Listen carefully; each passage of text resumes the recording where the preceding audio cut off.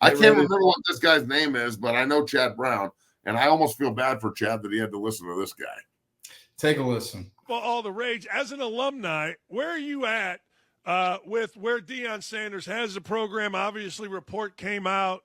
And look, I coached for 30 years. I'm always skeptical of reports, particularly from there's certain sources I just don't buy. But, hey, I don't know. Where are you at with what's going on in Colorado with Deion Sanders?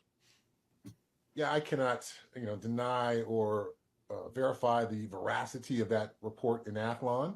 Right. But Coach Prime has talked about a number of times in press conferences, culture. What's this culture word you guys use?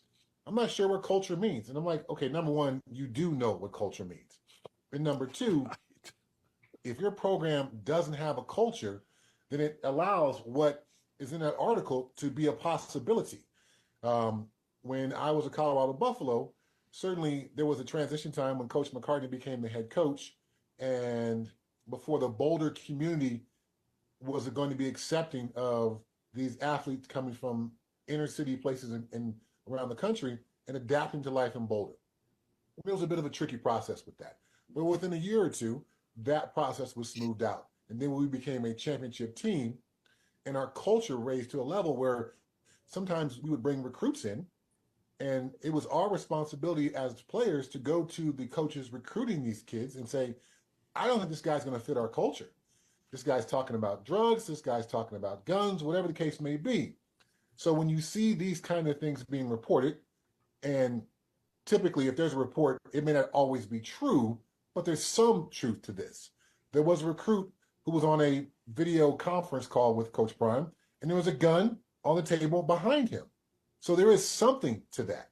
And when you bring in a band of mercenaries, which is what Coach Prime has done the last 2 seasons, that sets up the possibility of there being less than savory characters in that locker room who are there for maybe not the right reasons. So again, I can't say whether this report is 100% true. I think there probably is some truth to that.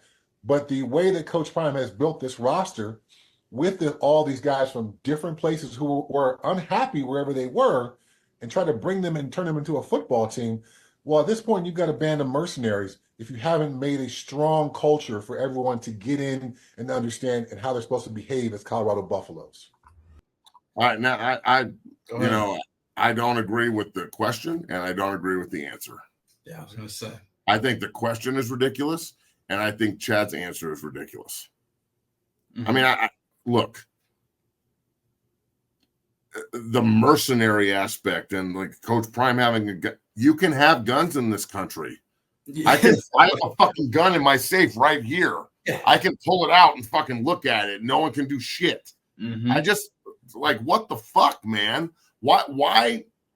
Again, you have the opportunity to defend, and you take a shot. Mm-hmm. What are we doing? Like this guy's saying that the culture is bad because of what? Because it makes his old white ass fucking like nervous. Let's just call it what it is.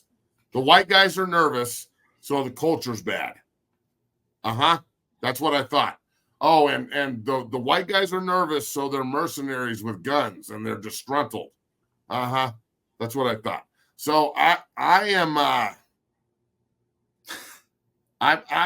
it's coming from every angle. It's coming in-house now, dog. Like, I love Chad Brown. He's my homie, but, bro, like, not every kid up there's a merc with a bad attitude that just didn't – that's not what he recruited. And it's also not what's in the transfer portal. I'm tired of this narrative. I deal with these guys every day, bro. Mm-hmm.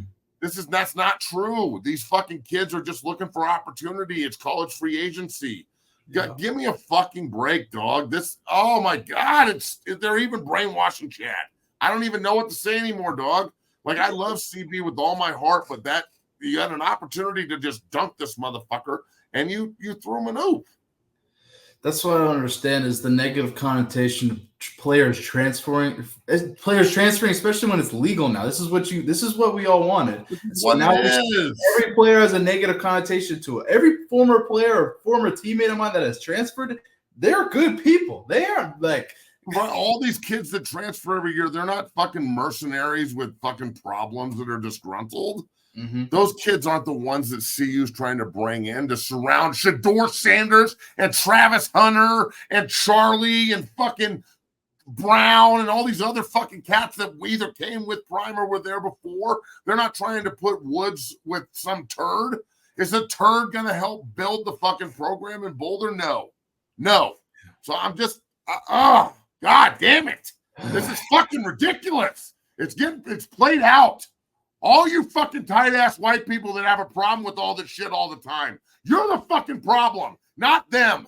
Not the fucking guys in Boulder trying to rebuild the program and fucking do things right and fucking carry on with a little bit of fucking, with a little bit of swag. Oh my God, no swag. This isn't a fucking golfing fucking game, dog. I'm tired of this shit. Either fucking support and get behind us or fuck off and go root for someone else. But all this like fear that is driven by your fucking powdery ass bullshit is just simply that. It's your suburban white fucking fear of what could happen. Oh my God. Get the fuck out of here with this shit. I'm over it. People are scared, man.